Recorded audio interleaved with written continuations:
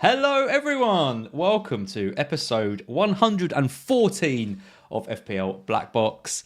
It's me, as always. It's a very good-looking Mark Southerns for a change. Oh, Hi, Gianni. mate, that's very kind of you. Lovely to be here. I can't replace Mark like for like, unfortunately. I'm also gutted he's not here because BlackBox is my favourite pod. And look, I would usually listen to you guys on a Thursday or Friday morning. And now I'm not going to bother because it's just me. I'm not going to listen to myself back. So I'm also gutted to miss 50% of my favourite pod. But I'm still got your dulcet tones tonight, mate. And I have missed our weekly chats. I think it still counts if you're doing the pod. That still counts as listening to it, surely. But... yeah, true. I'll be listening to you, so yeah, it counts, and I'll be in real time. No, thank you very much for stepping in. For anyone wondering, Mark has done all the groundwork. He's done all the screens. It's a brilliant episode we've got planned tonight. And then he got an earache, and so he's gone into London to have his ear cleaned out or something because he's going to a music festival tomorrow. What is his life, Gianni? There's always a drama, isn't there? Where's the music? I mean, you do need fresh, clean ears for your music festival. It's in Dorset. I don't know. Okay. I don't know who's playing. I imagine it's whatever the kids are listening to these days. Skrillex. Yeah. They're a band. Not a band. They're a group. I don't know who Mark listens to or what he does, but apparently he's at a festival tomorrow. So. Good luck to him. But Gianni is here, stepping in. And thanks for coming in last minute. We appreciate it. I've promised you an hour and a half, haven't I? I've promised you. You have. And Cam. I said to the wife, I was like, this is my one night off. And I was like, can I stream with us tonight? She was like, if you want to. And I was like, I'll be an hour and a half max, I promise. Well, we better get through it. Yeah. Just before we do, a shout out to some of the new members. These are new members from when Andy and Mark streamed last week. So we've got Avi in the Godfather tier. We've got Lawrence Shan.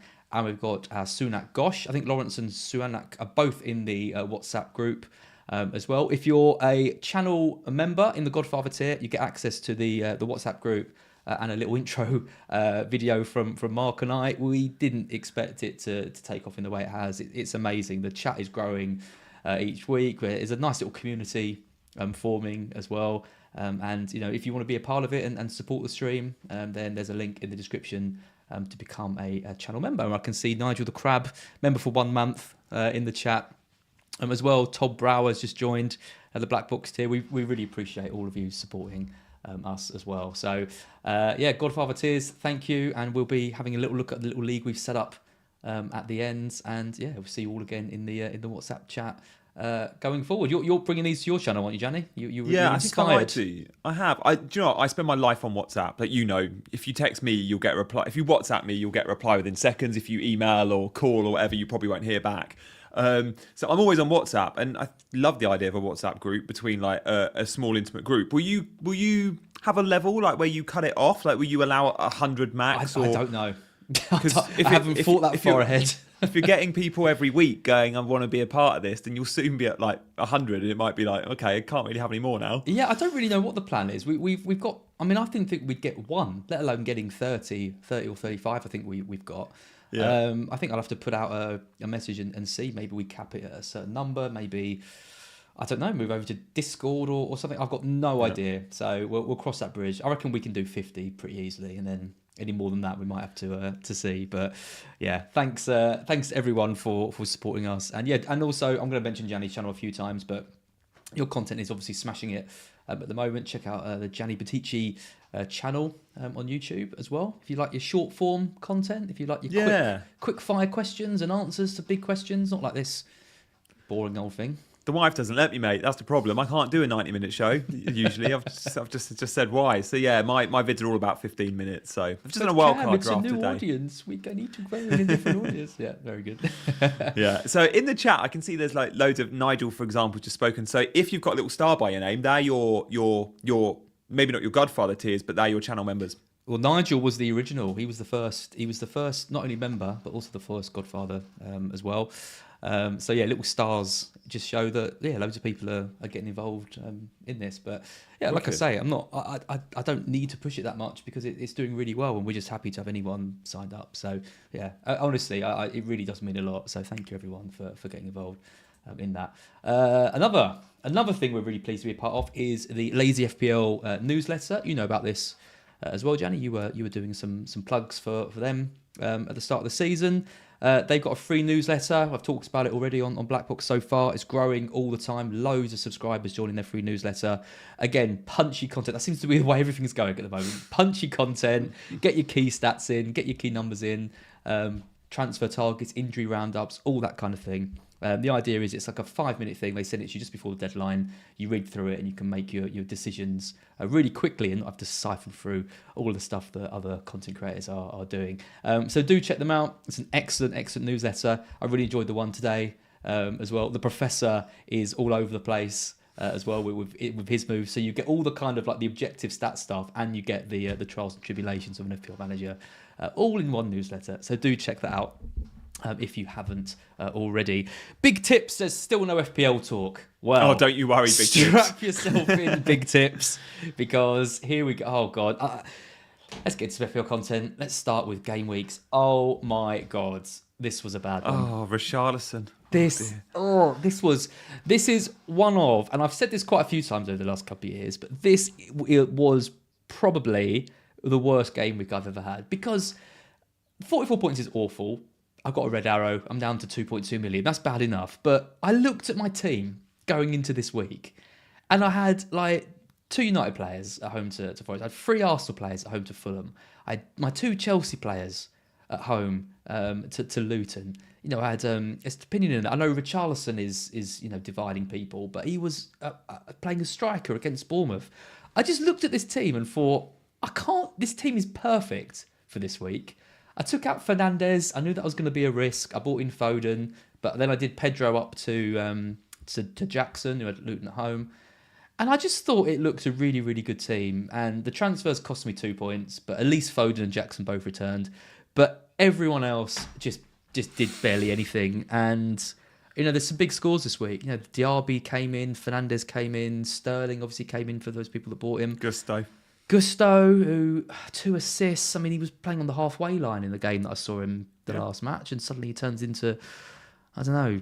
He played on the halfway line in that game as well. Like, he wasn't part of that front 4 like Chilwell. He was back 5, but yeah, that's it. It was just such a painful week, and the Foden benching was the hardest thing I think to take. And he came on and got an assist, and even in that 5 minutes he was on, I feel like he could have got about 10, 15 points, but. Yeah, it was just an awful week. It really was. As I said, 44 points. Let's move on to hopefully better things. And we come over to you, 46 points, about the same feelings as me.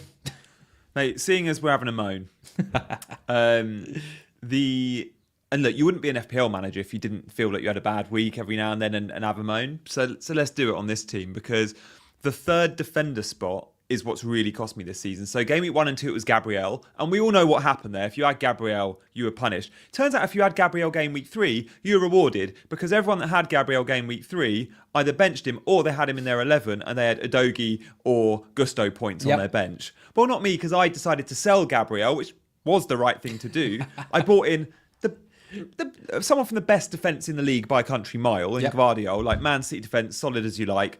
So not only does Gvardiol lose his bonus points and clean sheet with 5 minutes to go, but that triggers Foden to come off the bench and also block my Colwill 6 points. So I lost 9 points. I mean, luckily Foden got the assist, but you can imagine I'm sitting there watching the game, ruined my Sunday. I mean, Sheffield United didn't look like scoring in a month of Sundays, but it happened. But look, moving forward, I'm going to be positive here. I do feel well set. I like the fact I'm early on a Man City defender. I like the fact I've got Foden in. I've got my route to Maddison, which will be this week's transfer. It could be so much worse, but it was a game week to forget. And that 3rd defender spot is still killing me. Well, for podcast listeners, Gianni's team is very, very similar to mine. Onana in goal, Estupinan, Chilwell, Gvardiol, Rashford, Martinelli, Foden, Saka, Matoma, Jackson and Haaland. I mean, we've got basically the same team. You've got Gvardiol, I've got Saliba. You've got Martinelli, I've got Odegaard. You've got Matoma and I've got Richarlison. That's it. It's just those 3. And I guess we're both buying the same player this week. Well, I can't afford Maddison, so probably not. Who's obviously the player I want and should have started with. It's a bit of a disaster. We're 3 game weeks in. I was quite confident last week, but this week It's been a bit of a nightmare. And then, of course, just to cap it all off, Gianni, and you can't say he only doesn't show when he's had a bad week, because Mark had an absolute stormer, 65 points. He bought in Gusto, who got 14. He bought in Alvarez, who I don't know how he didn't get anything in that game. He was everywhere. He lost the Pickford clean sheet, no surprise. Estepinian, Chilwell, Rashford, Richarlison, same as me. Diaby came in big for him with 12.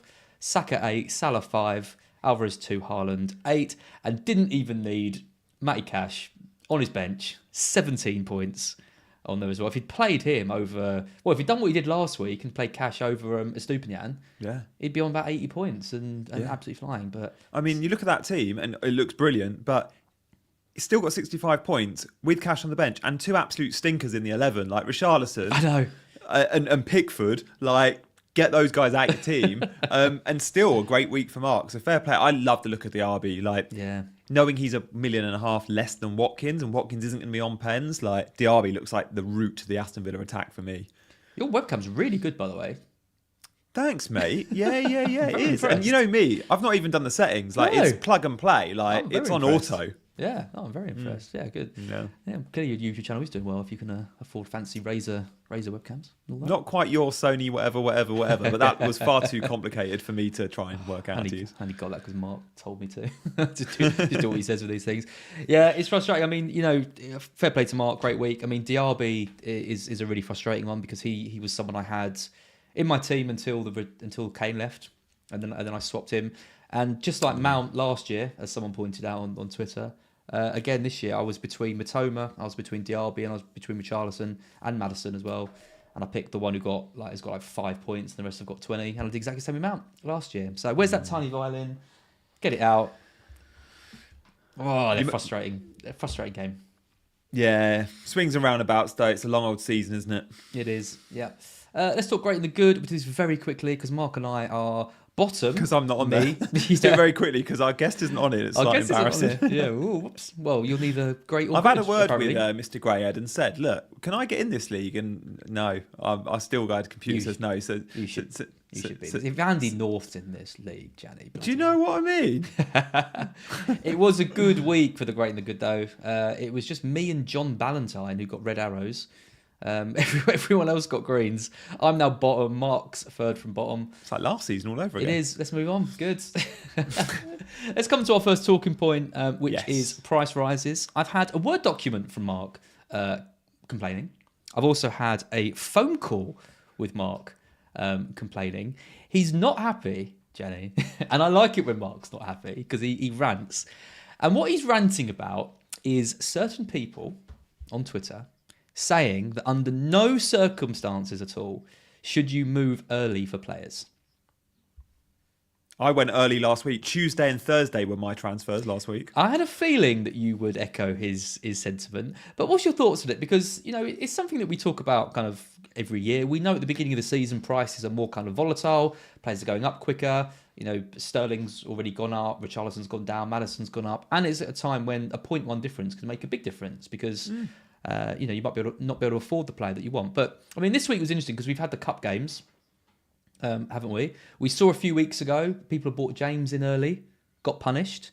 It's that risk-rewards thing, more information versus catching these price rises. Where do you kind of stand on it? I'm guessing you'll move early if you need to. Completely player and club dependent. If that club's got a midweek fixture, then I probably have done it once or twice, but you just tend not to do it.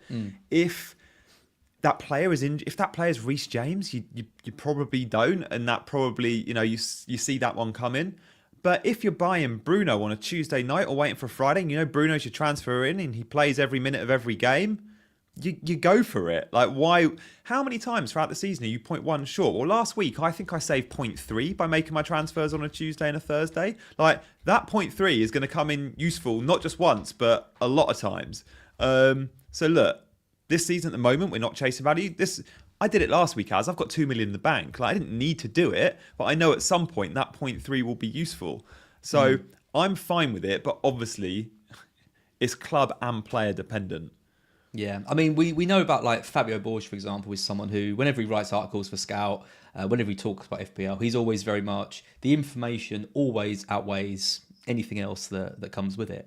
And, he's one of the best FPL managers around, but he's also very good at picking players before they hit form. For plebs like us, it's a lot harder to maintain that consistency, especially towards the end of the season when your player pool is maybe limited because you haven't got the same squad value that other people have. So it is a trade-off as well. I mean, I've just done a poll about early transfers, and there's still 30% of people saying never to early transfers, as in they'll always wait until the Friday or Saturday to make those moves. And it's interesting. I mean, one thing Mark said to me in amongst his shouting and venting about people was, we all complain about information overload and, people like us spoon feeding people all the stuff.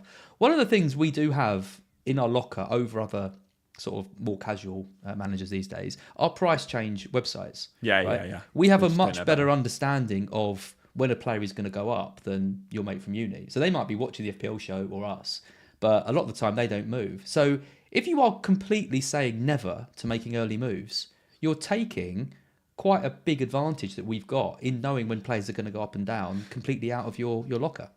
My uni mate made a transfer last Sunday from Watkins to Jackson, and I think that's the move I made on the Thursday because I saw that's when I needed to beat the price rise. And it was like, I'm making it on Sunday because I know he'll go up at some point this week, but I've got no idea when, and I'm not going to risk it till Friday. So on the Sunday, he made a move I made on the Thursday. I guess the flip side of going early, I mentioned it's player and club specific. I should also mention one of the reasons why people wait is someone else that you don't expect randomly on the press conference it's announced is injured. But again, like last week's a prime example for me. Why I was willing to go Tuesday, Thursday was I had a benching dilemma anyway. So let's say Martinelli's injured or Saka's down or whatever, one that you're banking on, then I go Colwill instead of Estupinan, which I was kind of 6 of one, half dozen of the other anyway. So again, it's often down to have you got that sub one ready to come in that game week that you'd be very happy starting. And again, that encourages me to therefore go early. Yeah, I think it's an interesting question because I think if you've got the bench to be able to risk it, like Mark, for example, has got Cash on his bench, he's got other players. Now my bench is awful. I've got like Mubama and James and Baldock. Like that's what I mean. I don't want to have to play this week. Okay, with Baldock at home to Everton, it's okay. But generally speaking, that is what kind of puts me off making some of the early moves. And for injury-prone players like James, you never know when they could pick up a knock or just be rested to kind of protect them as well. So there's kind of caveats to it, but generally speaking, I think we're both in agreement with Mark. If you've got the exact funds for a player early in the week, early in the season, and you want that player in the medium to long term, you sometimes need to move. Yeah. Even if it's not the exact funds, I'm still willing to pull the trigger. This week, though, I haven't gone early on Maddison. I've watched the price rise because, again, I do need a little bit more information on my moves this week because, again, I'm not entirely 100% sure who I'm selling. So, yeah. Cool. Interesting. Good discussion point. Right. I do use FPL stats, by the way. The image you got on screen, that's my third-party site I use for price changes. Yeah, I mean, there's other. I mean, Fix do one. FPL. I've always just used FPL statistics. It's just one of those ones where, like, when you just type it in without even thinking. I was like, FPL statistics. I've got it saved to my to my bookmarks. Yeah. No, they do a great job over there. Let's talk about some players then. Let's get into some actual proper FPL content. Brighton, Estupinan, Mitoma, Pedro is being sold by the masses. You've got Mitoma. I know that you're looking to move him on this week. The fixtures do turn. It's Newcastle, Manchester United, a very good-looking home game against Bournemouth, which I'm going to, which will be fun. But then Aston Villa, Liverpool, Man City. It doesn't really get much worse, does it, than those five? With Bournemouth in the middle. It doesn't, and I would, if I sell him, it will be with a heavy heart. I must admit, I'm not sure. I'm looking at Martinelli or Mitoma to sell this week. It's one of them for Maddison. And it'd be with a very heavy heart for Mitoma. What I like about Mitoma is I do feel like his minutes are completely safe. Like when I've seen Brighton playing, that front four, I think it was a game week 1 and maybe in game week 2 or 3, 3 of them come off, Mitoma gets 90. Like even March comes off, the number 10, the number 9 comes off, Mitoma stays on the pitch, which I love. And when European fixtures kick in, again, I still see Mitoma playing 90 most weeks because again, I think we might see even depending on the opponent in Europe, some kind of B teams. So I do like Matoma even with the tricky fixtures because I still always back Brighton to score. But obviously off the back of defeat to West Ham, there will be a fair few sellers. I think I'm probably veering on actually holding Matoma and selling Martinelli, but the Brighton attack is loads of fun and Matoma feels, alongside March, the two most nailed. You don't ever know who's playing 9 and 10. You know who's playing out wide. Yeah. Yeah. Just a few comments from the chat. I do not dye my hair. Outrageous. Absolutely outrageous. You see the greys in it. Yeah. Just for men. In a different light. Still not even on the bench tonight. I mean, that's funny in the sense that we've been talking about moving early. But, you know, I think like it's Wimbledon in the cup, are they? So but there's probably quite a few first team players not on the bench tonight. I'm just going to have a look at that. But I wouldn't. I know he wasn't seen in training pictures, but again, I bet there was a ton of players not seen in training pictures. I wouldn't worry about it too much. But everything you're saying about Brighton is bang on. I think March is being overlooked, but he's difficult to justify buying him now because of the fixture run. Matoma is a really interesting one though, whether you hold or keep, because I mean I've watched the West Ham highlights. How we lost that game again. I just, you know, it's typical Brighton, isn't it? But I couldn't believe we lost it. The amount of chances we created, I thought Ferguson had some great opportunities.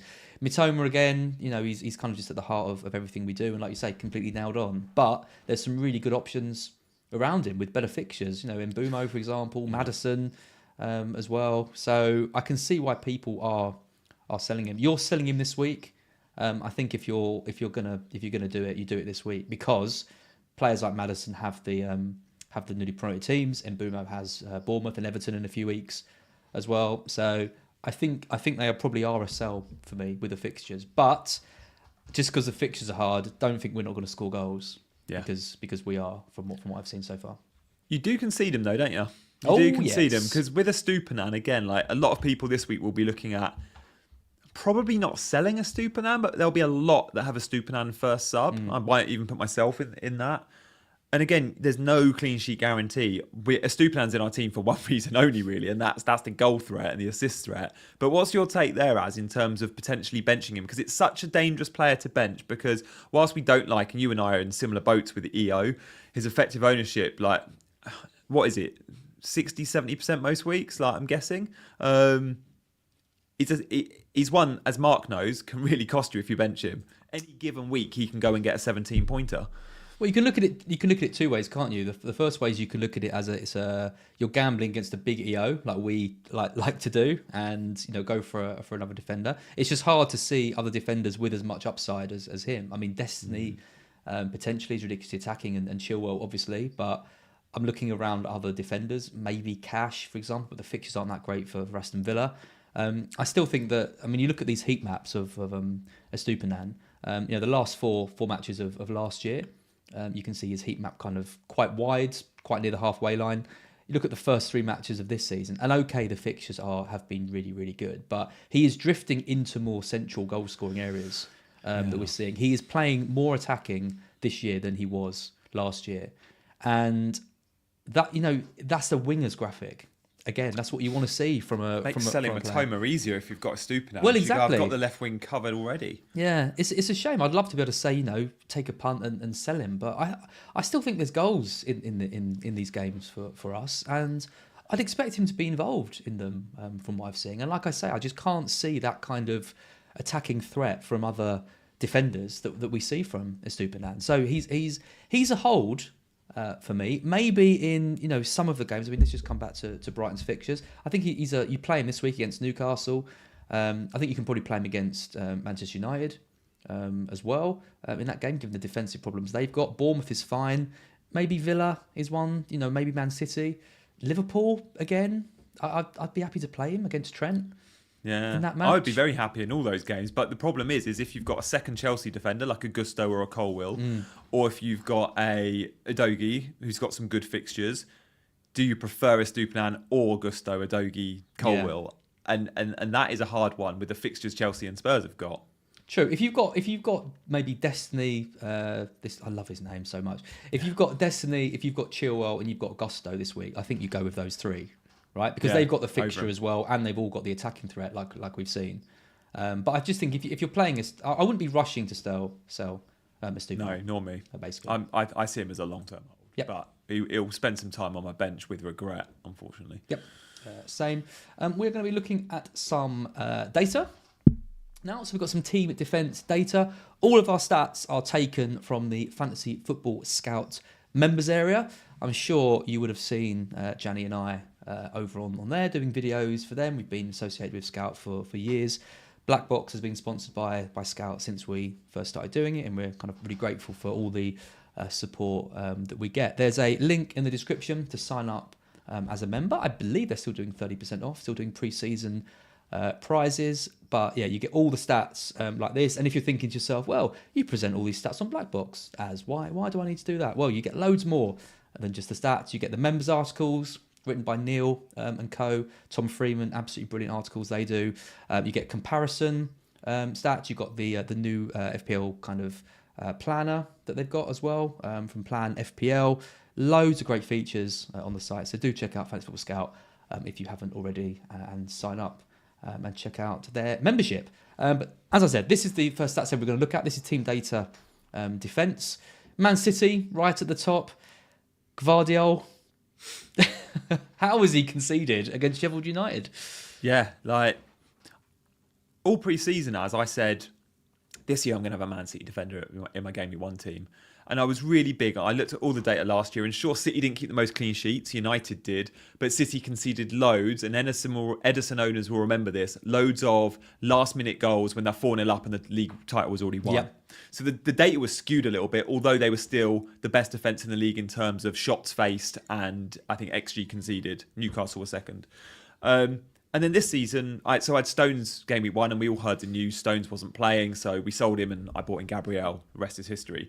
But come Gameweek 3, I looked at the first 2 game weeks worth of data, and again, I'm like, City are the only team that have conceded less than 1 XG over those first 2 games. So bringing Gvardiol, it wasn't meant to be Gameweek 3, but I have no doubt City will keep a ton of clean sheets. Now, many look at last season's centre-backs at City and go, none of them got over 100 points, whatever it was. There's so much rotation there. That was one of those seasons where loads of these Man City defenders were in and out of the team because many of them were actually getting injured. So through no fault of their own, the likes of Diaz didn't get 100 points or whatever it was. Mm-hmm. So just because they didn't get those points last season doesn't mean they're not going to do this. And sure, the ceiling is lower because Cancelo doesn't exist. And Cancelo was the only City defender with upside. But I will take my 6 points for 4 out of every 5 weeks, maybe 3 out of every 5 weeks, for a 5 million nailed City defender. And I think Gvardiol will become that nailed City defender. Diaz too. Like those two, I expect to play 80-90% of City League matches. And with that in mind, I can't think of a better 5 million asset. Yeah, no, I love him at 5 million. He was someone that I was looking at. I think he's a really, really solid pick. Obviously, this kind of table is only based on a couple of weeks of data, so take it with a pinch of salt. But it's interesting to see Brighton, down in 16th, like we mentioned. They've had incredible fixtures, really. I mean, the West Ham game was just an absolute freak of a match. But they're, as I said, down in 16th. Expected goal conceded on penalty penalty of over 2. Compare that to Man City, 0.43.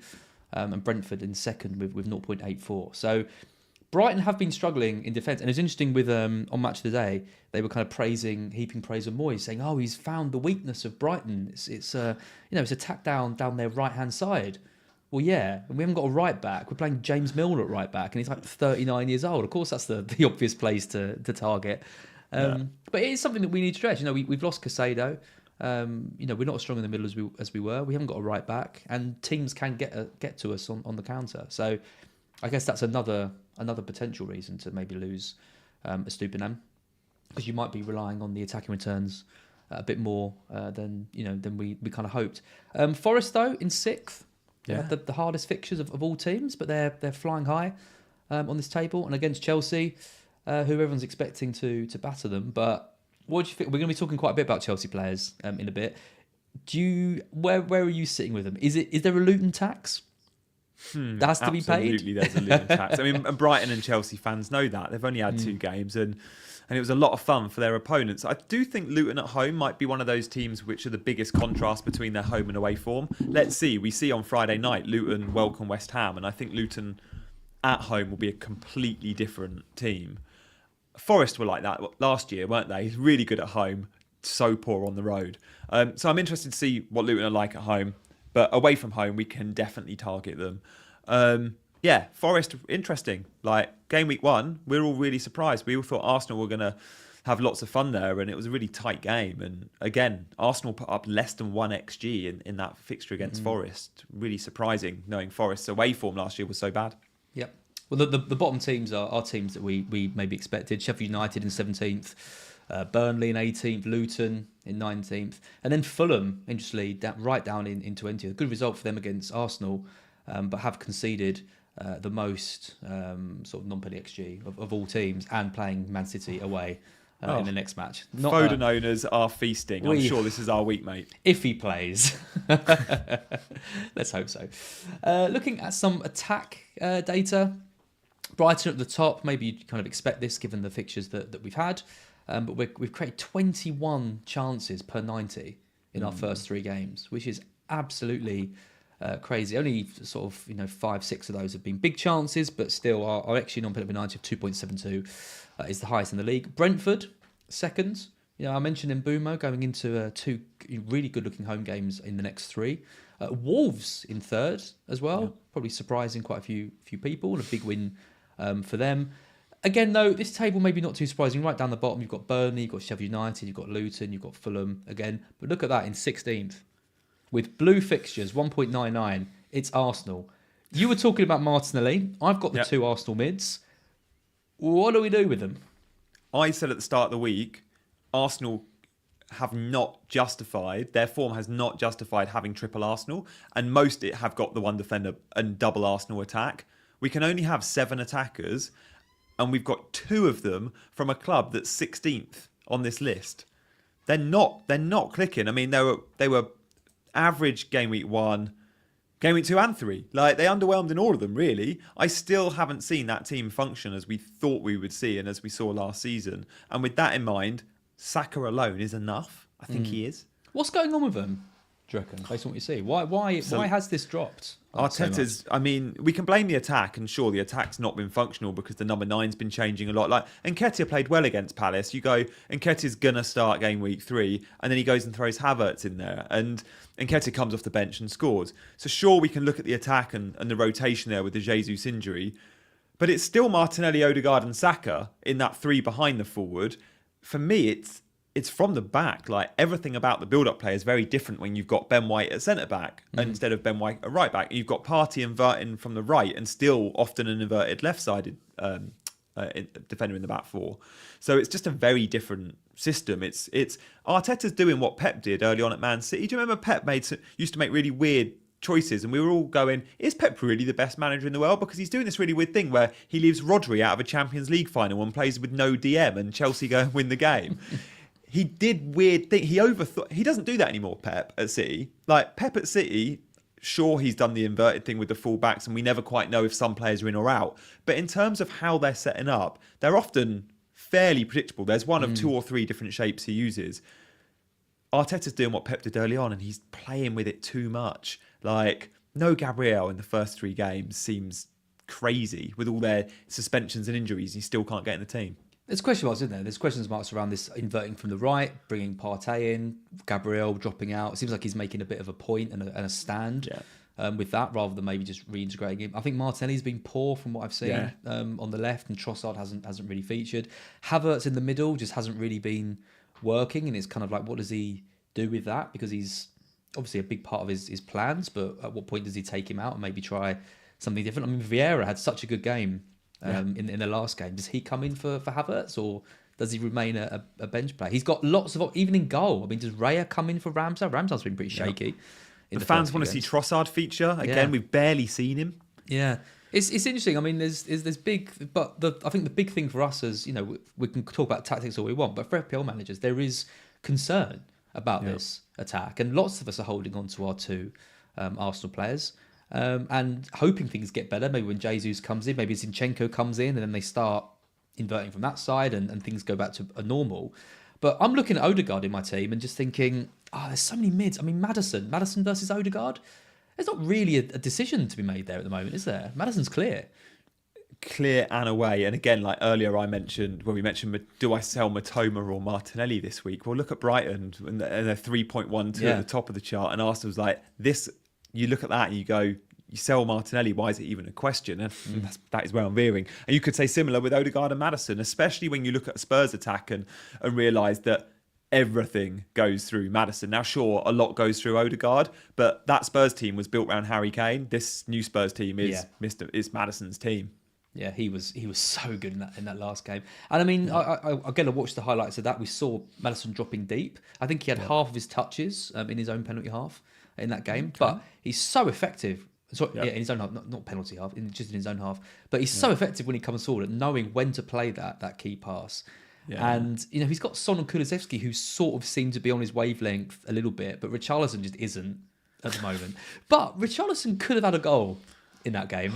He fluffed his feet a little bit, but he was through on goal and he fluffed it. And if he scored that, maybe they wouldn't be. I mean, he is being ridiculed, and I feel stupid keeping him in my team. But you've got the Spurs number 9 as a 7 million midfielder. I know. It does 6.9. Yeah. I looked at it, but I didn't go Spurs game week 1. I avoided both of them. But I said to myself, by game week 3 or 4, Richarlison will be in my team. I wasn't thinking it'll be Maddison. I assumed it would be Richarlison, but I'm definitely going Maddison now. And obviously, if you're on neither, you go Mads. But I could see why, if you own Richarlison, you think it's round the corner, because when he gets one, he's going to go on a run.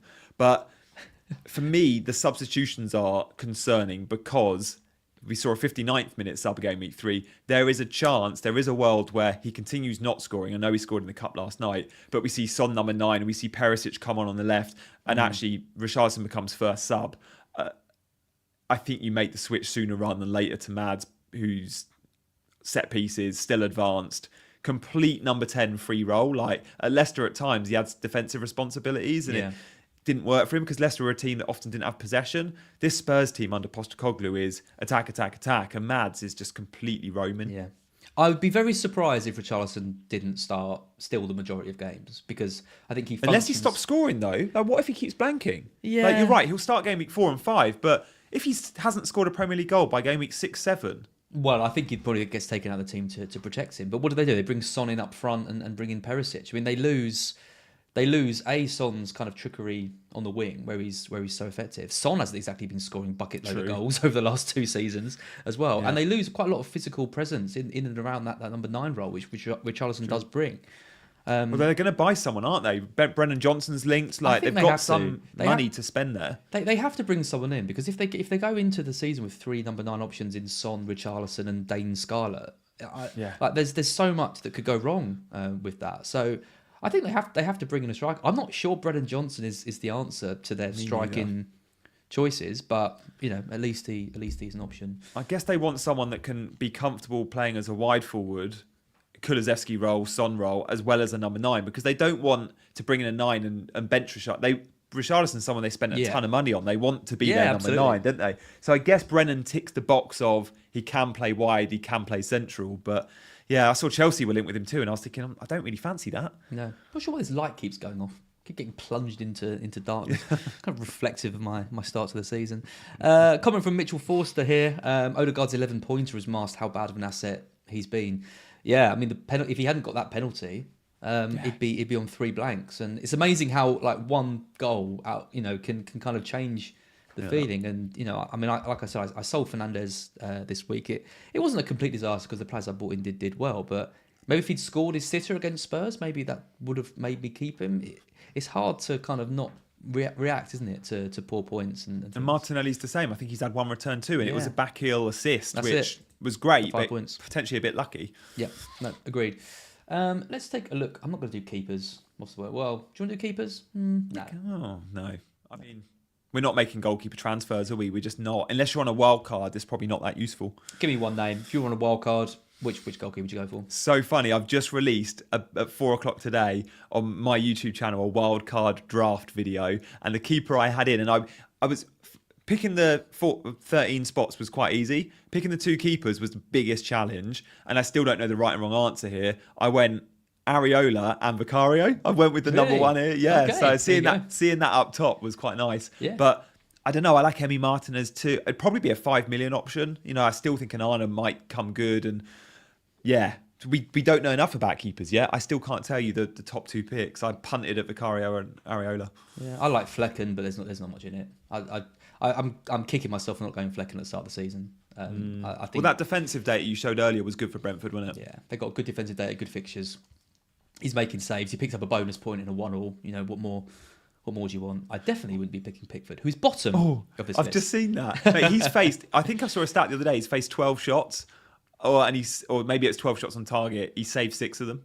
6 have gone in, yeah. Saves per 92, so he's not even hitting the 3. So and he concedes every 50% of shots. Yeah. Flecken is already, we've got Leo is good saying Flecken looks good, and then straight away, Nigel the Crab, Flecken looks shaky. Maybe shaky as a keeper, but as an FPL option, he's looking good. Yeah, I think he did look shaky. He's no Raya. He did look shaky pre-season. I thought I was at the Brentford game. I thought he played well. His distribution was good. His distribution is good, isn't it? That's why they bought him. Eh? Yeah, he's maybe a little bit slow coming out. I saw that a few times when players were through, but generally speaking, I thought he'd made some good saves and did What's well. your deal with Fulham, mate? Brentford. How did you get Brentford? Because you've been at Brentford a few times recently, no? No, once. That was the first time. Oh. Yeah. No, first time. Never been there before. It's like if you've got a best mate that works there or something. Because you always seem to be at Brentford, but clearly not. It's a cool stadium, the GTEC. Yeah. Like right on the M4, isn't it? Yeah, it's a new stadium. The parking was decent. I had a really nice sausage roll there as well. It reminds me of like a university campus. I don't know if you've ever been. Have you been there? I used to live at the block of flats that looked into the stadium. No way. Yeah. I saw some but back people then it was Griffin Park, which was literally the other side of the flats. Yeah. And there's a cool stat about Griffin Park. There was a pub on each corner. And then, that's converted that into more flats and they got the G-Tech. Yeah, if you ever get a chance to go, anyone watching, I would strongly recommend it. A really good atmosphere. It started like bucketing down with rain and it like proper like drums all around the stadium. So, yeah, no, I liked it there. Yeah, I'd like to go. I'd like to have, because I've not been. I've only been to the old stadium, so yeah. And I'll talk about some of the players that impress me when we come to the mids, because there's one from each team that I liked. Let's talk about defenders first, though. Cash moves to the top of the pile. His XG on penalty per 90 stats of 0.78, which is like elite Haaland levels, which I don't think he's going to maintain throughout the season. But if you played him, fair play. If you benched him, commiserations, you were not alone. Plenty of people did. I mean, would you be buying Cash? Or is that a proper you've missed the boat? I think you've missed the boat. I mean, look, he didn't play at the back. He was in midfield. He played in the same position Chilwell was playing for Chelsea, but on the right-hand side. When Moreno is fit for Aston Villa, I do see a world where Cash is dropped because Moreno becomes the main outlet and the back three is actually Konza at right back and then Mings is out, but you've got Carlos and Torres. So I still think he's vulnerable when Moreno's back fit, which I think is still a month or a couple of months away. But no, I think no. I'm not really making defensive transfers now at that price level, I don't think. They're so precious, our transfers. They're usually on premiums or midfielders and forwards. But look, Cash is clearly a good pick. Well, if you're like me and you've got Reece James, you might be thinking that a defender transfer is more worthwhile. So, I mean, if you're looking at some of these players, I mean, just to mention some of the other players who have got good stats. Chilwell, he's second. That's where we want to see him. He's up to 5.8 now. He's had a 0.3 price rise without a big haul in him. People are just going for the fixtures and obviously he got the assist in the first game. Estupiñán is third as well, 0.47. Again, really, really good stats. As well, you've got players like Varane, Romero, Bolly, Wan-Bissaka. We know historically they're not going to carry on getting their returns. Destiny, though, is someone that is interesting quite a few people. He's 13th. He got the assist. Really, really good performance. Didn't play in the cup and 2 promoted teams coming up as well. He's a good pick, right? Yeah, I just want to. I'm going to check and see if he was in the squad in the cup. I know he's not flagged, and I know the manager said he's fine, but he did come off on I think the 75th-ish minute. And I think it was an off-the-ball thing, and that sometimes concerns me with a player. Like, oh, it wasn't a tackle or anything, and you're like, okay, he's not flagged. I don't want to concern anyone.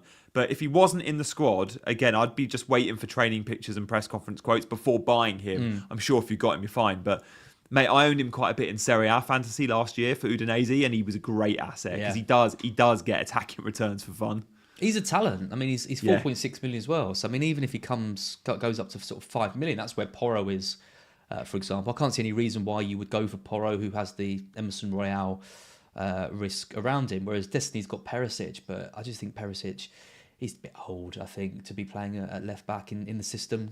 Coming in the way that Destiny is quite narrow as well, and maybe Perisic does get a spell on the wing, but I think he's fine. People in the chat He was on the bench. He was on the bench. He was on the bench. There you go. That's fine. He's Yeah, fine. I think he's probably fine then. So other players on here. I mean, you've got Trent down in 20th. I don't think any of us are picking him. Trippier in 21st. Maybe when the fixtures turn for both of those players, they might come into the reckoning. But look at Gusto, 33rd, 2 assists, XGI non-penalty per 90 of 0.13. Yeah.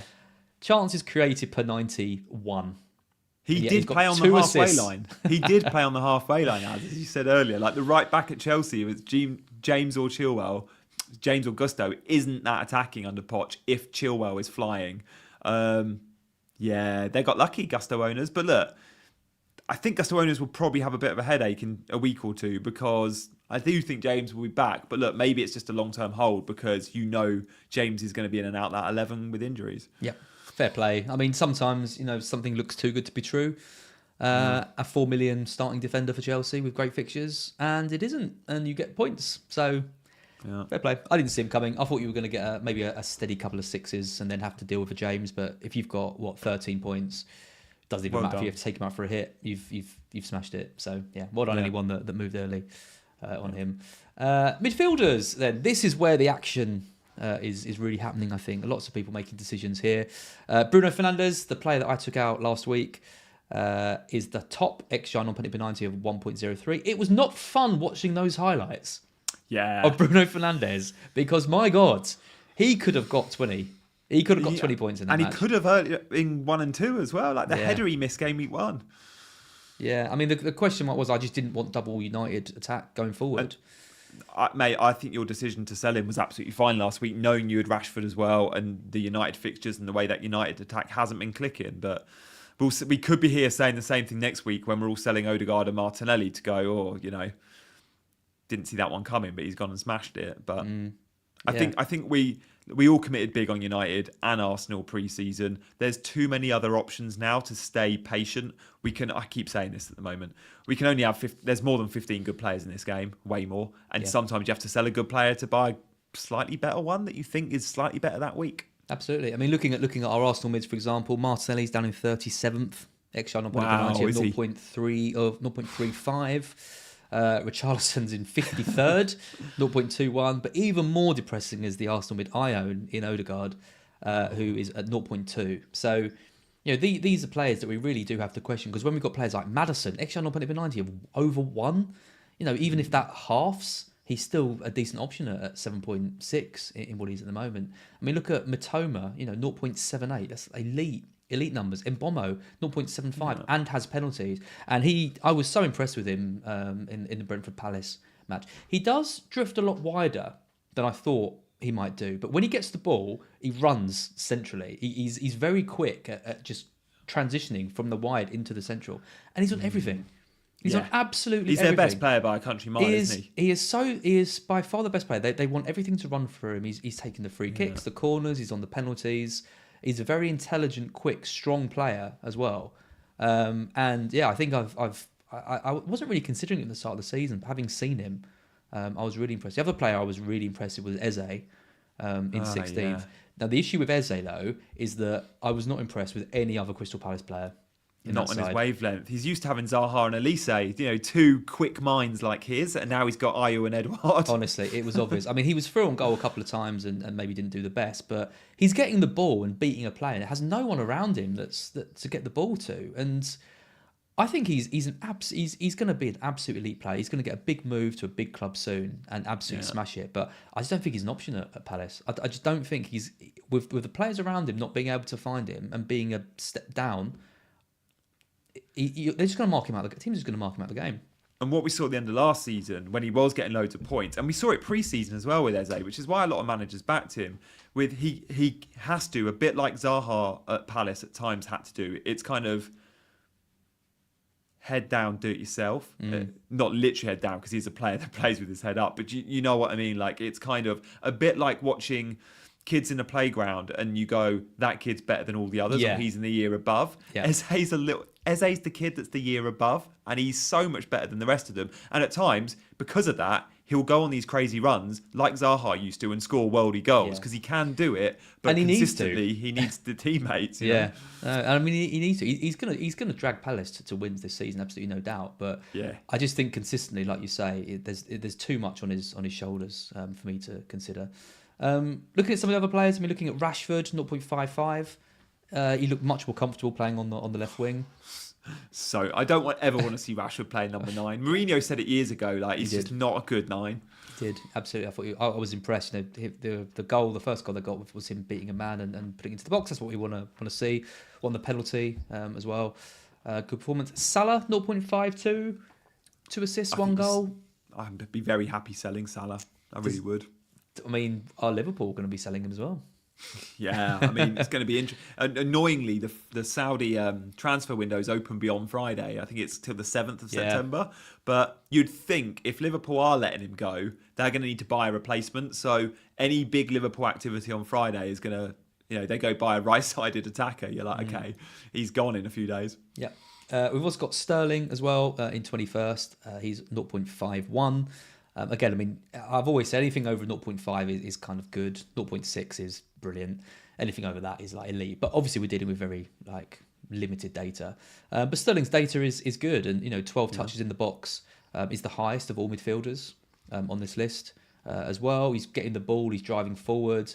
I've got some quotes on him as well. This is from Pochettino. Our first conversation with all the players and Raheem. I love to ask the position they love to play and how they feel, how they see themselves. It's not the position, it's the animation and the way the team is going to link in between them. It's to find the best position to provide the best platform, position and place, and link with the players where they can show their best quality. He's got a lot of faith in Raheem, hasn't he? And he wants him to play in a position that suits him and to get the most out of him. And then Sterling's come in and said, it's a target I had to set myself of being Chelsea's top scorer this season. I mean, they scored so few goals last season. It's not the most ambitious target, but still, it's something I know I can do. If I'm 100% at something, I know what I can do, and that's what I'm going to do this year.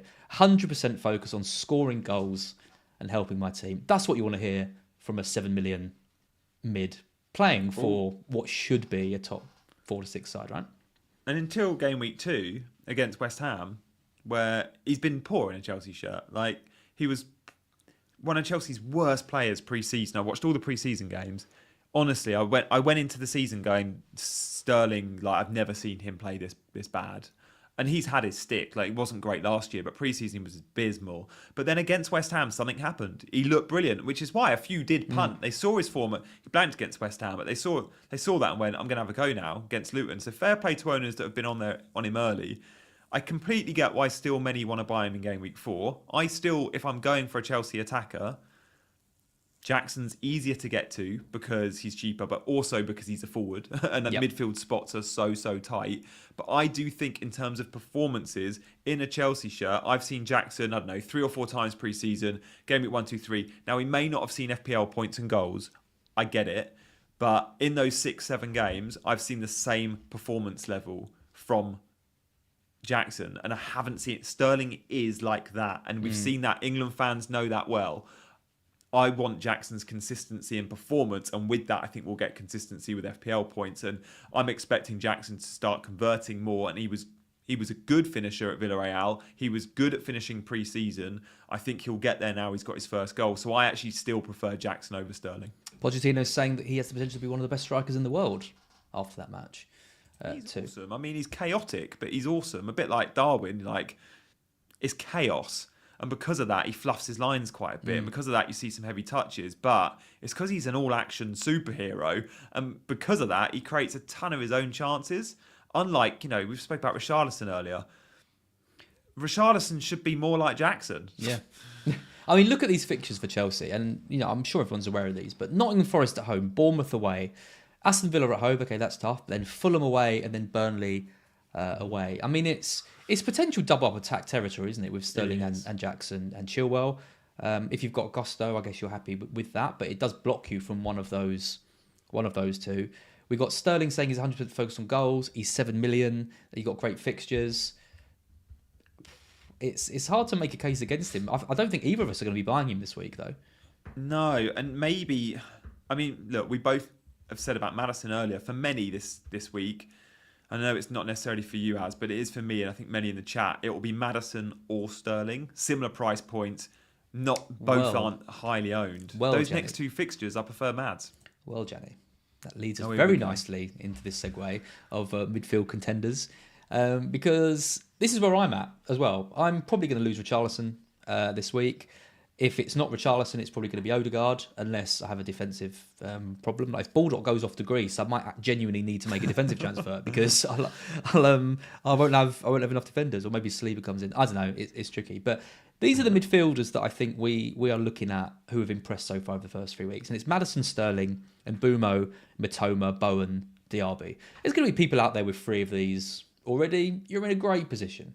If you're wild carding, you're probably going to grab 3 or 4 of these alongside Saka and Rashford as well. I just think they're all really, really good options. But if we're looking at the kind of stats, if you're looking at the next 4 difficulty, Sterling comes out on top. He's got the easiest fixtures by quite a margin over the next 4, because I know Maddison's got the 2 newly promoted teams, but then it's a slightly 2 tougher. tricky ones. Then it's toughy ones, and that's what some of the other teams as well. Whereas Sterling and Chelsea just have a really good run of fixtures. That Villa game is tricky, but defensively they haven't looked amazing. Remember that Newcastle game in game week 1.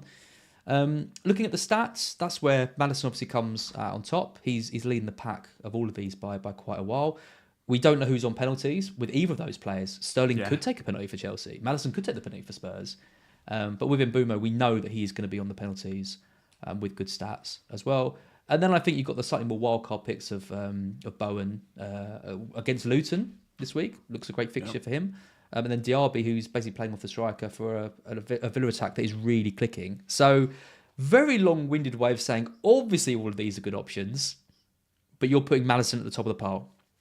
I think so. When I did that wildcard draft earlier, and you mentioned you'd have 3 of them plus Saka and Rashford, I actually went without Rashford and was like, I'd buy him in a few weeks and just, So I had 4 of these plus Saka. No, I had Maddison, Sterling, and Bomo. So I had the first 3. I have Foden, but that's because you know me and Foden. Well, he's not. He hasn't made this list. Because... I get it though, because he's not. He hasn't. He only played 5 minutes in game week 3. He's the puntiest one of all these, isn't he? I'd say. Which we both like, but I get many others would prefer the consistency that Mbomo gives you. Penalties, 90 minutes every week. But yeah, I mean, the first 3 are probably the standouts. And Mbomo is a player I really want. And Mbomo is a player that I said last week, he'll probably be my transfer in game week 4. And then I saw Maddison play. And I can't swerve Mads, but I think there'll be a few that maybe go Maddison. And he has these 2 good fixtures, but then it's 2 tricky ones. And then maybe, what will that be, game week 6, they'll jump to a Sterling, although his fixtures will turn not long after that, or an Mbomo. Because these guys still have long, good stretches of fixtures. But the third Chelsea asset might block you on Sterling, as it does me. A lot will own Chilwell, Jackson, and Gusto. Or for me, it's Chilwell, Jackson, and Colwill. So Sterling's a bit of a non-event unless I'm willing to take a hit and make 2 transfers. Does it surprise you to see that Mitoma has created more chances than Maddison in the first 3 weeks? 11 really to 9. Surprises me that. He's also had nearly as many touches in the box as Sterling. Sterling's leading the pack by 35, but Mitoma's on 34 as well. So, again, you can't really write him off either because the stats are so impressive. I think off the back of this episode tonight, mate, I've seen enough to suggest that it's not between Martinelli and Mitoma for my sell this week. I can't sell Mitoma. Yeah. Every screen you show has got something in favour of Brighton over or Mitoma over Martinelli. I think if you were building a wildcard team, I think Mitoma would still be an option for you. There's no way you're picking Marcelli if you were wildcarding. No way. He would be so far down the list of players. But we know what he's capable of, and there's always risk with selling these players who haven't looked particularly good. But yeah, I think like you say, you look at this, and I think Mitoma is becoming more and more of a difficult sell for me because the upside you're looking at, I think isn't a huge amount in it between Mitoma and Maddison, for example, or Sterling or Mbomo. They're all kind of in and around the same. Any of them could haul any week basically. So yeah. Almost makes sense just to keep the one that you've got and hope for the best. When I see this list and I'm thinking, if I was to pick one, I think, and look, the data's great for Maddison and Bomo and Sterling's is useful, But if I even forget the data and I just go after, we've seen these guys play in 3 games so far this Premier League season. Maddison's the clear and obvious for me. Like, again, we go back to the consistency. In 3 games, he's looked brilliant in all of them. The penalties will be interesting because whilst I think Enzo will have another go at Chelsea, miss again in off them, and then Sterling or Jackson has a chance, or James. And again, at Spurs, I think it's probably Son, the captain, the new main man, if you like. Well. Yeah. But Son, there's a very good chance if they get a penalty in the final 10 minutes, he might not even be on the pitch. Like, Son will see some early subs because his form hasn't been great. And then it's Maddison, the vice captain with the armband, who I have no doubt he'll be the guy that steps up for the pen. I mean, Richarlison, again, might be off the pitch. So if a penalty comes late in the game, there's a higher chance Maddison gets it as well. And it's all the set pieces. It's the Postecoglou way of just go and have fun and express yourself. I really want to cover that Spurs attack. Interesting from just looking at some of the comments as well. I mean, there's obviously a lot of hype for Maddison. Mitchell Forster again. Maddison's whole potential every week. Stalter PFK says Maddison over Mbomo is a crazy shout. That's the decision I'm having to make this week. But I mean, just to wax lyrical about Maddison again, I mean, he is my favourite player. He always has been in the league. I can't believe I didn't start this season with him. It's going to haunt me for the rest of my life. But these are Maddison's stats, and again, a small sample size just in the first 3 matches compared to his other seasons, and he has a really good record in the Premier League, particularly over the last kind of three years. In 2021, he got 15 attacking returns. That's a really good return. He stepped it up in 21-22. This is when Leicester were struggling a bit more as well. He got 23 goal involvements in that season. Last year, Leicester got relegated. He still managed 19 goal involvements as well. But look at the bottom of this chart. Shots in the box, big chances created, open play crosses, baseline bonus, XGI non-penalty per 90, goal involvement. It's all higher than we've seen. And the conversion rate hasn't really changed at 12.5%. His accuracy's gone up. But all the signs here are that in this Spurs team, where you've said he's the talisman, he's the key figure, all the signs are that he can do better than he's done in previous seasons for Spurs. And if he does better than he's done in the last 2 seasons, and he's getting 25 goal involvements, he's a lock all season. This is a guy playing for a new look team under a new manager that still hasn't had long to click. Wait till this Spurs team really gets up and running, and it will do. Oh, and the bonus for that is they don't have any European football like so many of the other players that we've compared him to. Like Chelsea and Spurs this season, I know it's so obvious to say, they're really a massive advantage. They get a full week on the training ground. They don't have the long flights and the away journeys or even the match days midweek. Spurs are out the Carabao Cup too. Like, they're barely playing this season. That is brilliant. The Premier League they'll have maybe an FA Cup run, but sure, they're going to be fit and firing every Saturday, Sunday, ready for their Premier League game off the back of a 5-day training stretch. Yeah. The other big 6-7 teams in the league won't. Yeah. He's looking really good. And, I'm looking at Odegaard and thinking, shall I just get rid of him? Like, I can do Odegaard to Maddison now. Like, there doesn't seem to be any reason not to, other than the fact I've got Richarlison in the side, who I also want to get rid of. So, it could be a hit for me this week. I could just get rid of both, get Maddison and Mbomo, but then I've got potentially issues in defence as well. It's a whole thing. It's like we don't want to encourage hits unnecessarily, but yours might be a needs must. And you do think when you say your potential transfers with those hits, whether it's a defender and a midfielder or 2 mids, you're paid back, I think, in 2 games off that hit. It's always harder, I find, doing a hit after a bad week.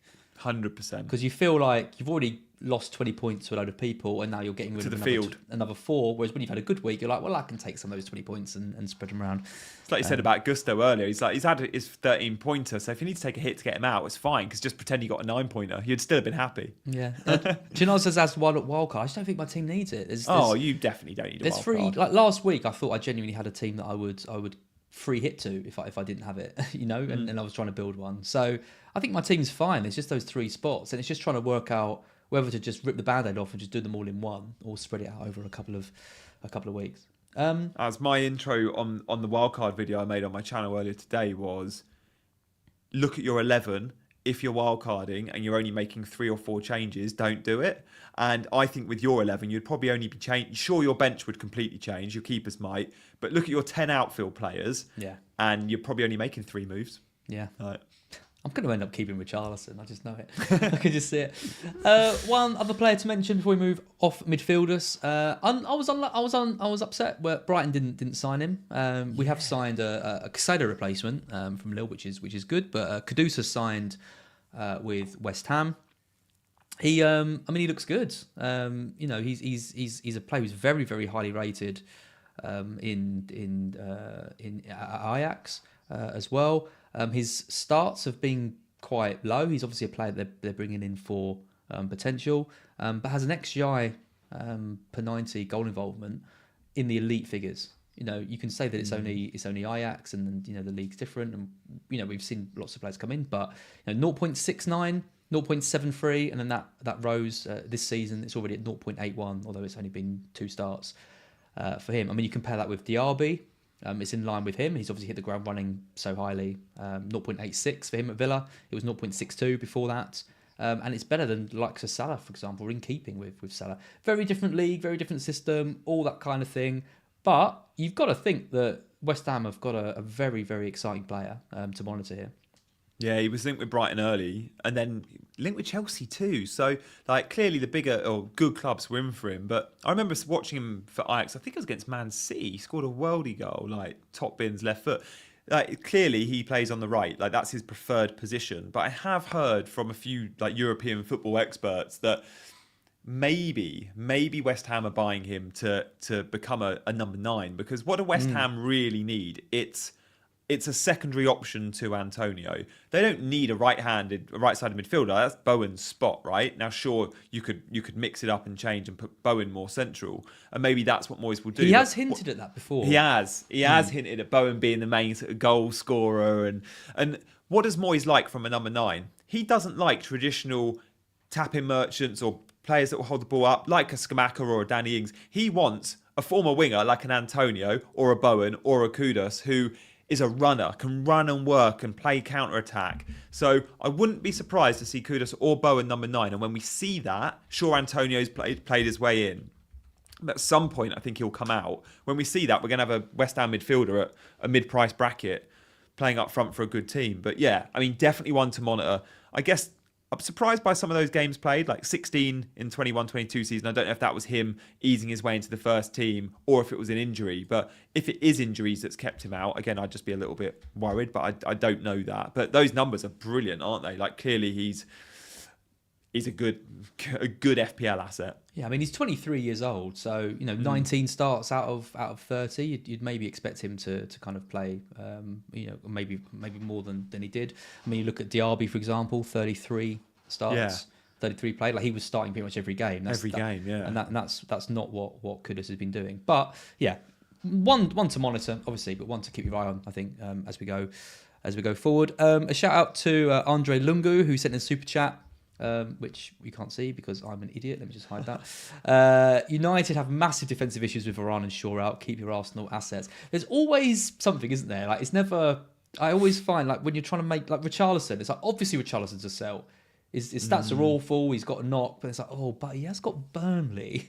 And it's the same with Arsenal. It's Odegaard's stats are awful, but United do have issues. It's and then you're always up making the wrong choice. That's FPL in a nutshell, isn't it?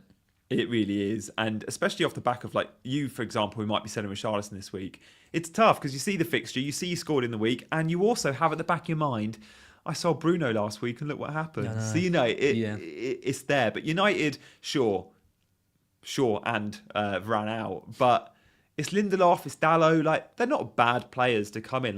Lindelof genuinely has done a good job for United under Ten Hag to the point where, massively leapfrogged Maguire as the kind of third choice centre back at that club. So I don't expect a big dip in performance from United defensively. Sure, you lose a bit of set piece threat, you lose a bit of attacking threat, and Dallow's not as good defensively either. But I can't see them being too weak. United under Ten Hag, especially last season, they're pretty sound defensively. And Arsenal have been struggling, attack-wise. I am expecting goals in that match, but it's hard to know exactly where they're going to come from, and it's hard to know if Arsenal will do it. I'm expecting there to be 3 or 4 goals in that match, but also I wouldn't be too surprised if it was ended up a nervy 1-0 or a 0-0 or something. Tricky one to predict, especially so early in the season when teams like that play against each other. Let's take a look at some forwards quickly. I have got Darwin Núñez at the bottom. I don't think he features on this table. It's because he hasn't played enough minutes, so he doesn't need minutes. He just scores with basically 2 opportunities that he gets. Just to mention some of these, Evan Ferguson is at the top. He had so many chances against West Ham. He really should have buried some of those. XG on United is 1.18. I think if he gets a run in the teams, he could end up being the Brighton asset that we go to. But I'd love that. Just wait and see because of the fixtures. Haaland's in second. Amazing stats for him. Don't be put off by the fact he missed the penalty, didn't haul against Sheffield United. Still really, really high numbers here. And like we said, playing against the worst defence at the moment in the league. Look at Jackson, though, in third. 0.78. I've got him and I'm happy with him. I think he's a good pick. And again, he's working hard for the team. He got his goal. The manager likes him. He's a good option, especially when the midfield spots are so precious. Watkins, what do you make of Watkins? 3 assists. He's missing big chances though, which is, I don't know. I mean, look, he'll go on a run again. The Villa attack is fun. Like, I definitely want that attack covered.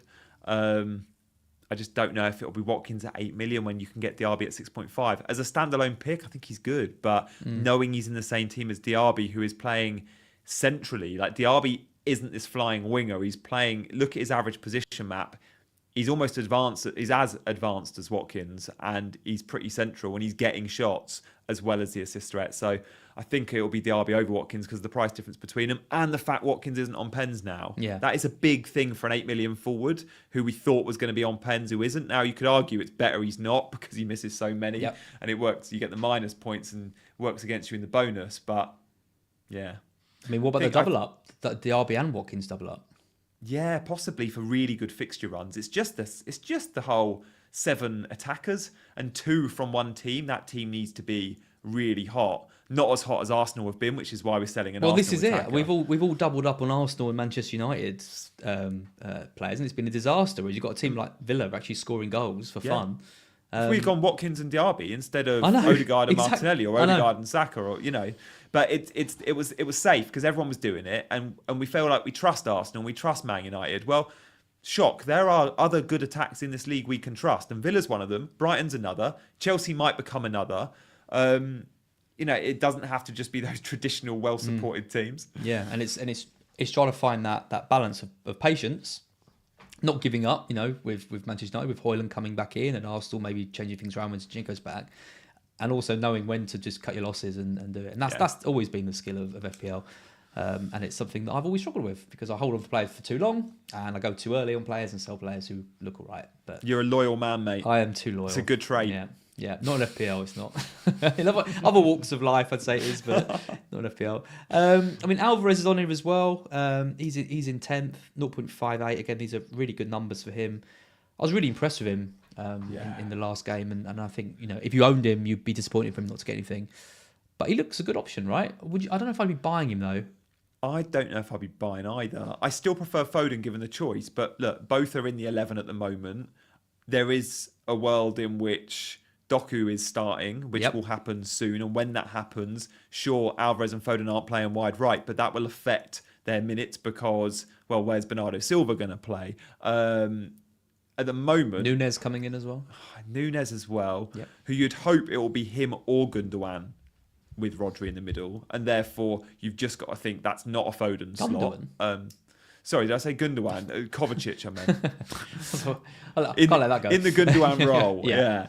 It's funny because Gundogan hasn't been replaced like for like, has he? Like Mateus Núñez and Kovacic, neither of them have that goal threat of a Gundogan, which makes you think they need an Alvarez or a Foden centrally to bring goals to that kind of those attacking midfield spots. But with KDB out the team, both Foden and Alvarez are good options, and they're sharing set pieces too. Yeah, I think I think it's pretty clear that Pep doesn't trust Foden in the Gundo role, in the central midfield role.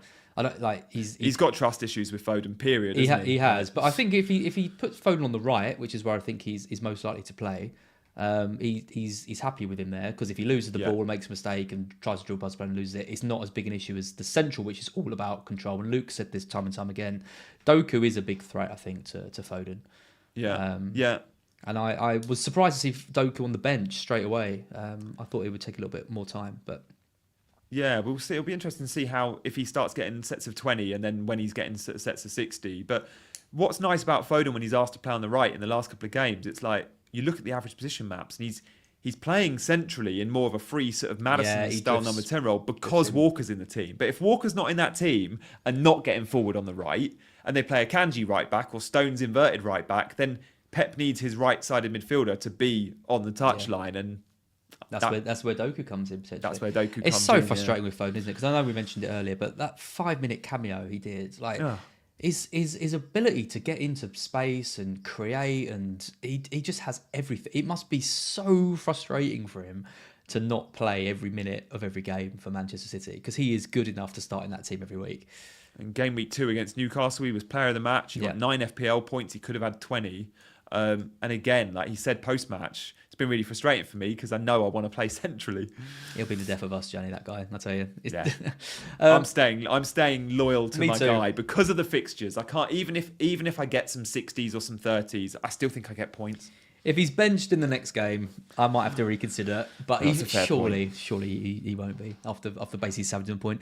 And the last player I want to mention is Nunes, right at the bottom. What would he have to do to get in your team? Is there anything he could do to get in your team? Start consistently. Yeah. How many games would that be? 4 starts in a row?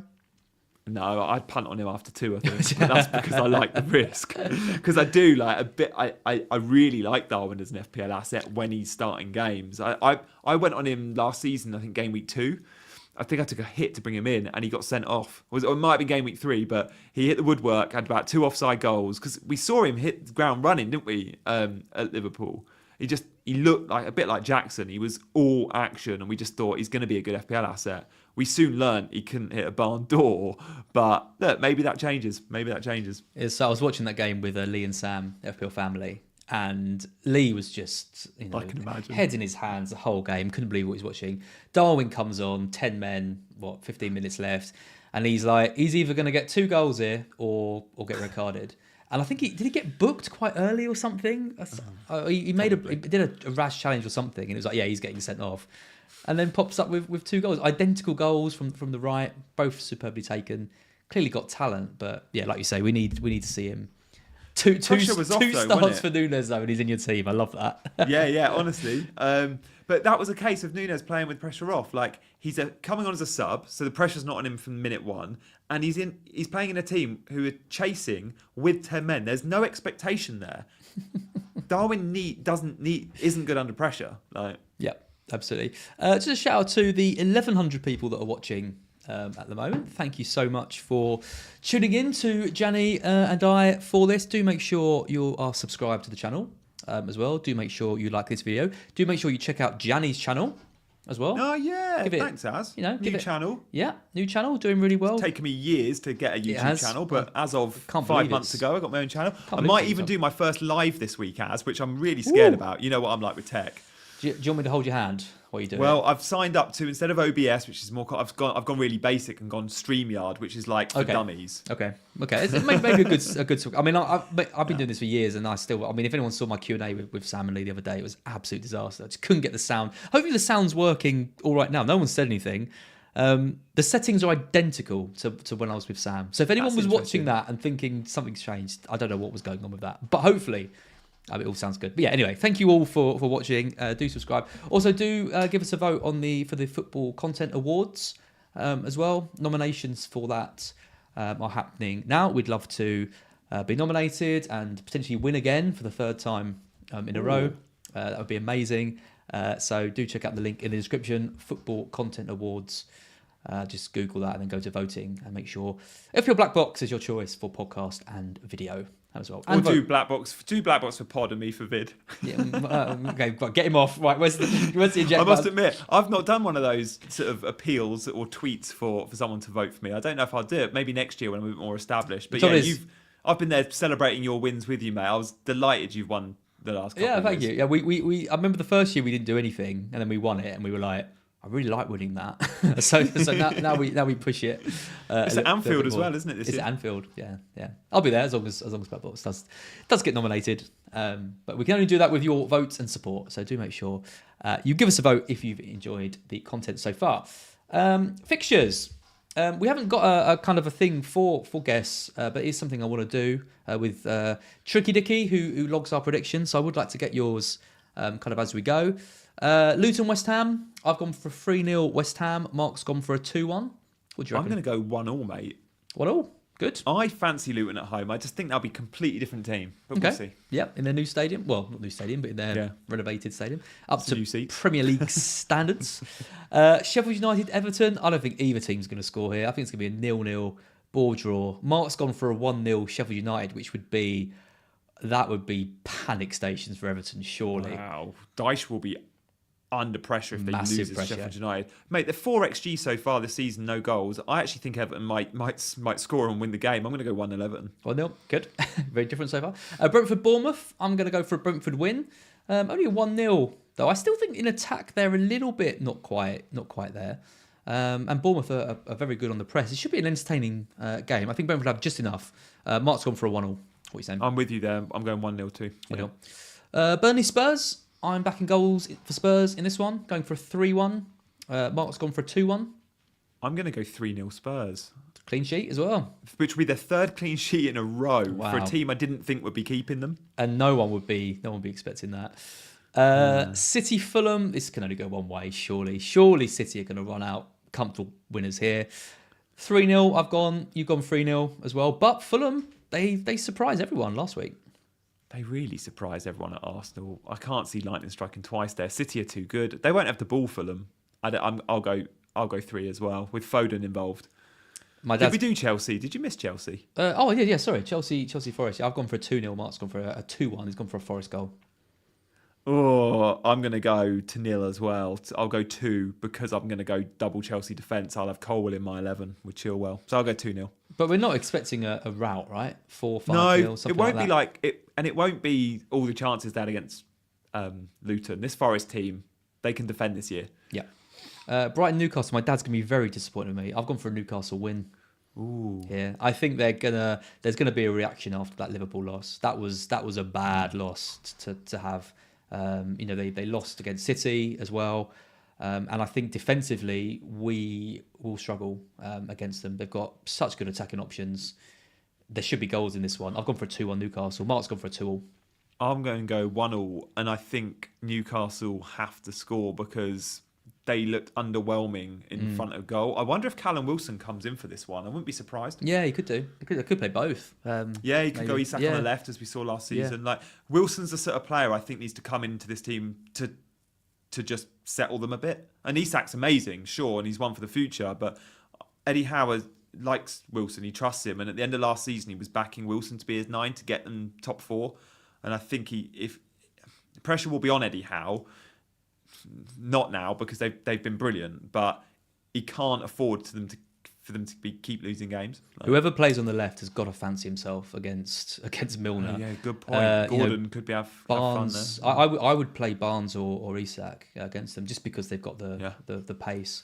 I'd probably play Barnes, to be honest. I think Barnes could terrorise Milner in that match. Yeah, and see what they do. Palace Wolves. I've gone for a 1-1. Mark's gone for a 2-0 Palace. I'm not sure either of these teams are capable of scoring 2 goals. Yeah, I'll go. I think I see 1 goal in this game. 1-0 Palace. Yeah. Yep. And then a very good looking game at Anfield, Liverpool v Villa. Mark's, have gone completely differently. Mark's gone for a 3-2 Liverpool. I've gone for a Villa win here, 2-1. I think they're stronger at the moment, and no Van Dijk. Yeah, no Van Dijk, and the defence is just all over the place. I'm going to go 2-2. I think there will be goals. This is a good fixture for Watkins. For those looking at maybe selling Watkins for Jackson this week, I'd be really nervous about doing that. I was nervous doing it last week, but this is a good fixture for Watkins. I always have memories of that. What was it, 7-2 or 8-2? That was early in the season as well. Yeah, Watkins went absolutely mad, and Grealish did as well. And then Arsenal United. I've gone for a 3-2 Arsenal here. I think there's goals in this one, which is making me reluctant to sell Odegaard, which is why I think that would be quite an easy move. But I think Arsenal could get a couple with no Varane, with no Shaw as well. No Mount. I know people are questioning that, but they can be got at in this game. But I think Arsenal can as well. So I'm backing goals 3-2. Mark's gone for a 2-1. I think last year this fixture at the Emirates maybe was 3-2 Arsenal. I was there and it was a really good game. I'm going to go 2-1 Arsenal. I do think you're right. Arsenal will win it. Oh yeah, that's the same as Mark's prediction. I'm going to go 2-1. I'm not sure. Arsenal have been good enough in attack to score 3 yet. No, I don't know, maybe. You're probably right. I think I backed them for 3 last week as well. Was it 2 against Fulham? They got 2 in that game. Yeah, they got 2 to be fair. Yeah, but it was against arguably the worst defence in the league. Well, yeah, they were ranked 20th, weren't they, earlier in your chart? They were indeed. Captain, is there anyone you'd consider other than Haaland? I wish there was. I'd love this. I can't wait until this is a debate every week again, but there will be weeks we go off Haaland, but this doesn't feel like it's the one. It's at home to Fulham. Yeah, unfortunately, Fulham have the worst defensive data, and Haaland has basically the best attacking data. Other than maybe Maddison, whose XG on Predicted 90 is higher as well. But I think you're a very brave manager to go against someone else. But we saw last week if you went for a Sterling. In fact, if you went for quite a few options, if you went for a Saka, if you went for a Jackson. I think I am going to start gambling a bit more with Haaland away from home. That's what Ali Yahangarov did last year, the winner of FPL. He gambled a lot. Even game week 1, he gambled against Haaland. And look, he went Saka, who was 2 points behind him, so it was fine. But yeah, it's not... Got the 2 goals against Burnley, but I just think that if City aren't blowing teams away even at home at the moment, and they're taking a little bit of time to adjust to maybe some of the players they've sold... Yeah, they missed De Bruyne, didn't they? They do. And they need to get Foden really in the team, but then there's question marks around him as well. I think Haaland at home to Fulham, that's a no-brainer. But next week it's away at West Ham. I might have a little look around. Go for someone else. Yeah, I don't hate that.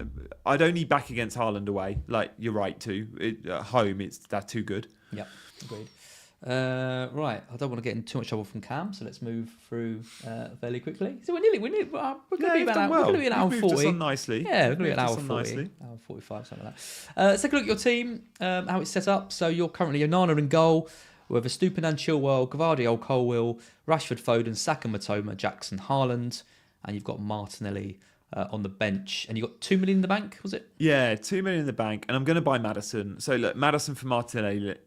Let's say that switch happens. It does then give me a bit of a benching headache. I think I'll be benching Estupiñán because I am backing Newcastle. Newcastle was so good defensively. Like, I can't see Brighton scoring many, but at the same time, I can't see myself dropping Matoma. So it'll be Matoma or Estupiñán benched, I think. But I think I'd just veer on starting Matoma. Yeah. I think so. Yeah.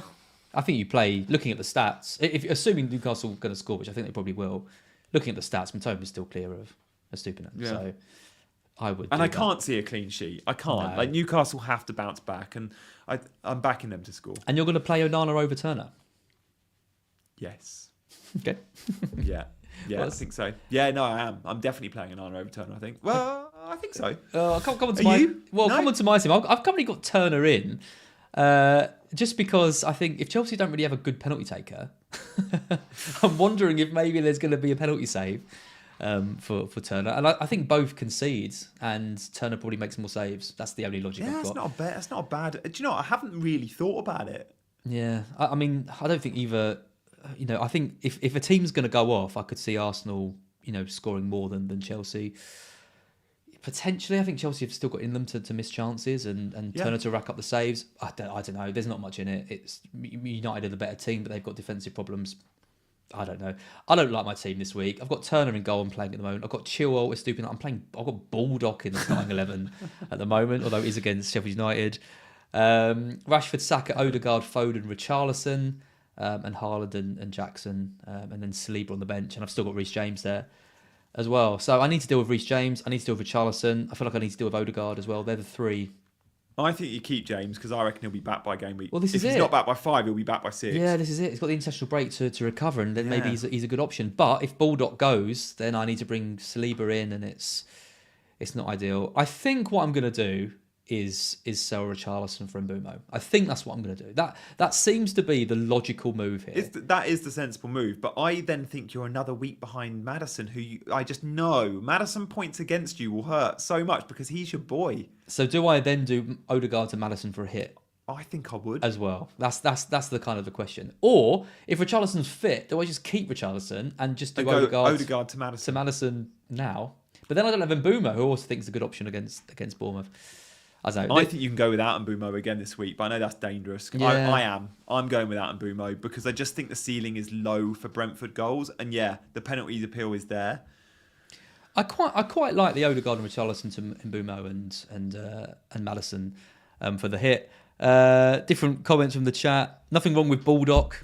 I don't think I'll be saying that come the end of the weekend. Yeah, he'll be in Greece by Friday, won't he? Or is he Turkey? I can't remember. Richarlison is garbage. Odegaard will step up for the big game.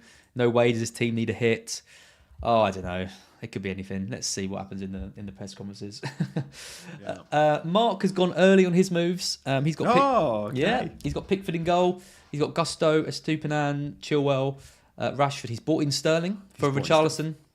He did. He has got. Yeah, I can't.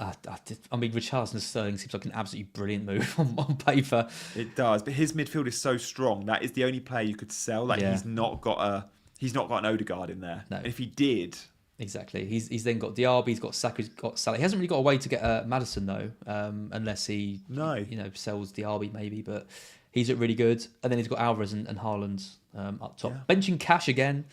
Why not? But it's a good team, isn't it? I mean, it's got Salah in there as well. He's well set. He's got all the main guys. Yeah, I like it. I wonder if he gave Maddison much thought, or if he was big on no Sterling and maybe no Jackson helped the Sterling case there. Exact funds. Oh, right. Yeah, he did Richarlison before he dropped to Sterling before he went up. So he's already made 0.2, maybe 0.3 on that move. Yeah, His team looks good. I expect What's his rank as? He's below you still or not? No, he's 1.2. He's ahead of me. Oh, great. Yeah. Oh, yeah, of course. That good game week 3, really. There. Yeah, chat. There was a visual history after the chat. So there you go, 1.2. 1.2. Yeah, he's had a resurgence. I'm about where he was last week. We're coming to the end. Just shout out to the Black Box Leagues. Congrats to Amal C, who's on 269 points. Which is over 100 points more than me after 3 weeks.